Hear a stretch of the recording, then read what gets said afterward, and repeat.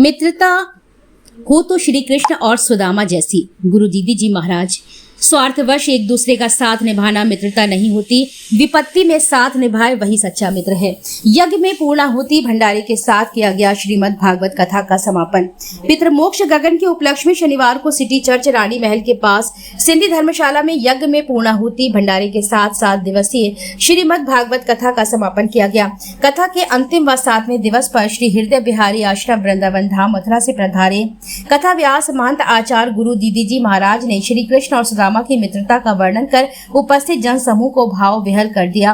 उन्होंने कहा कि मित्रता हो तो श्री कृष्ण और सुदामा जैसी, उनके जैसी मित्रता का दूसरा उदाहरण नहीं दिया जाता है।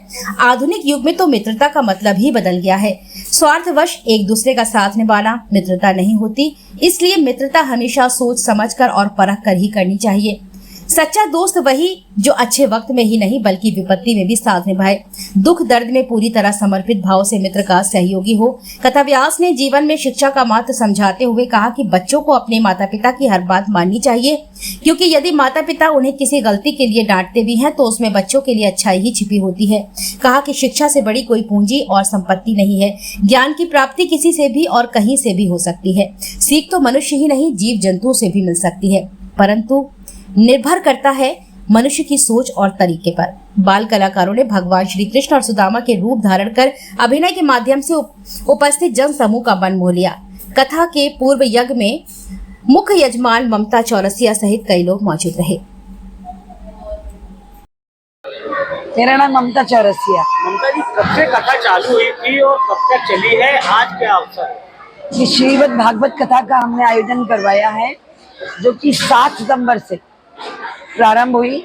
सुबह कलश यात्रा के साथ इसका प्रारंभ किया गया और आज 13 तारीख को इसका विराम हुआ है भंडारे के साथ, भोजन और प्रसादी के साथ। कहाँ से कथावाचक आए थे और कितनी संख्या में लोगों का जन सैलाब उमड़ा आपकी कथा? कथावाचक वृंदावन धाम से थे श्री गुरु महाराज दीदी।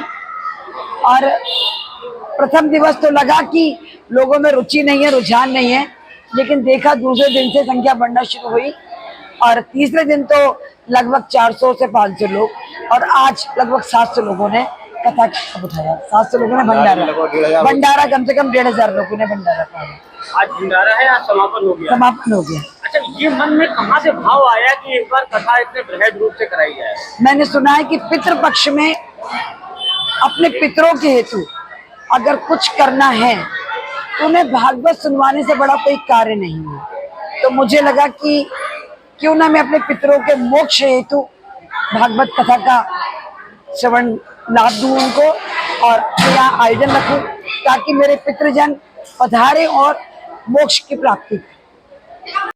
रवि प्रकाश परिहार। रवि प्रकाश जी, ये कथा आप कब से कराते चले आ रहे हैं? ये कब से क्या दूसरा भागवत कथा है हमारी। पहली कथा हमने तालपुरा में करवाई थी और दूसरी कथा ये हमारी है।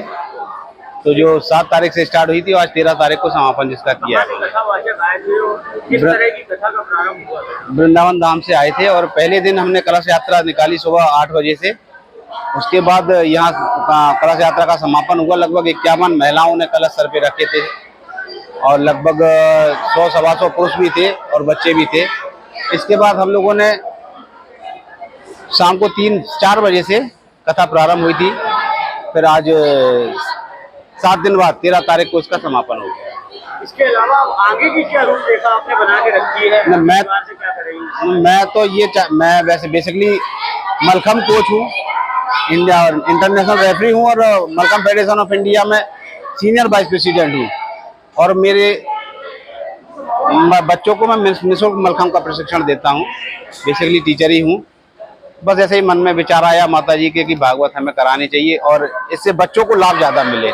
आजकल बच्चे जो मोबाइल, टीवी और गलत संगतों में भाग रहे हैं और हमारे सनातन को छोड़ रहे हैं, तो इससे शायद हमारा ये प्रयास है कि बच्चे एक सही दिशा में, सही लाइन पे चले और सनातन की धर्म तरफ बढ़े। पितृपक्ष चल रहा है, माता जी का कहना है पितृकों के मोक्ष के लिए ये कथा कराई है। जनता से क्या कहेंगे?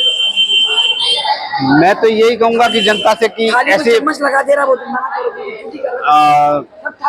भागवत, राम कथा, ये सब लोगों को जो समर्थ हैं वो कराएं, और जो समर्थ नहीं है वो ग्रुप में मिलकर कराएं, जिससे हमारे पूर्वजों को मोक्ष मिले और हमारे बच्चों को कुछ शिक्षा मिले, जो आज बच्चे नहीं जानते हैं, भूल गए हैं, वो